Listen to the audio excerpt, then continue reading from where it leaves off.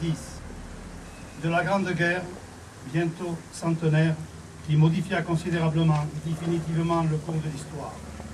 Il ne nous reste plus aujourd'hui que des sites, des objets, des documents, qui sont très nombreux, qu'ils soient exposés, édités ou présentés dans des musées. Souvent aussi, ils sont conservés par les familles. Témoins à charge, précieux et irremplaçables sur l'atrocité de cette sombre période.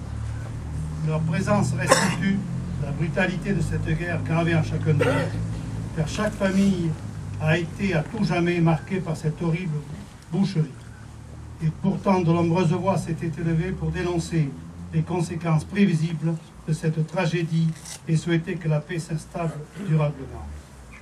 Commémorer aujourd'hui l'armistice de 1918, c'est honorer nos soldats morts pour la France. C'est se souvenir des millions de victimes civiles ou militaires.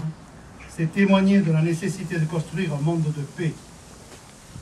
Une lettre parmi tant d'autres, celle du soldat Martin Valagou, écrite au front le 26 août 1914 à ses deux fils, nous fait partager, par sa citation, la volonté qu'ont eue les anciens combattants de cette guerre et de leurs associations pour qu'elle soit la terre des terres.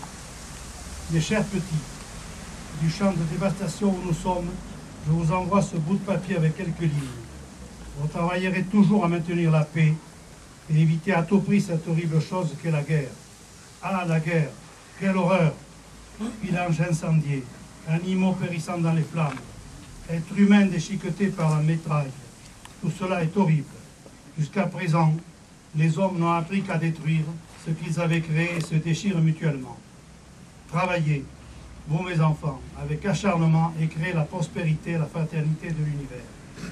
Votre père, qui du front de bataille, vous embrasse avec effusion. L'Union française des associations de combattants et des victimes de guerre considère que seule la négociation est à mesure d'éviter ou de résoudre les conflits et s'oppose à tout recours aux armes. Elle continue à agir résolument, avec persévérance pour la paix et à œuvrer en ce sens avec les générations nouvelles.